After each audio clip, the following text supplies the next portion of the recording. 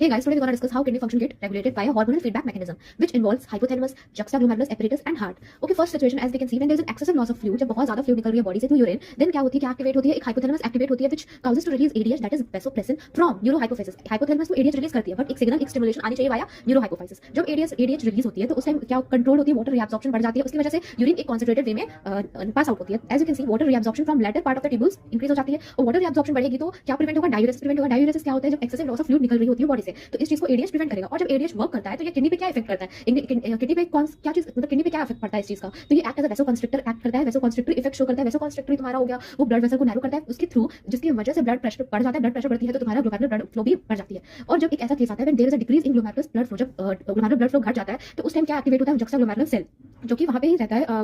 Glomerulus के पास ही जक्साग्लोमेरुलर cell रहती है, वो एक्टिवेट हो जाता है, which activates to release renin. और renin जब रिलीज होती है तो उसकी वजह से क्या होती है, एक प्रोसेस स्टार्ट होती है, दैट इज एंजियोटेंसिनोजेन कन्वर्ट होती है एंजियोटेंसिन 2 में. और एंजियोटेंसिन 2 कैसे एक्ट करती है, इट एक्ट्स एज अ वेसोकंस्ट्रिक्टर.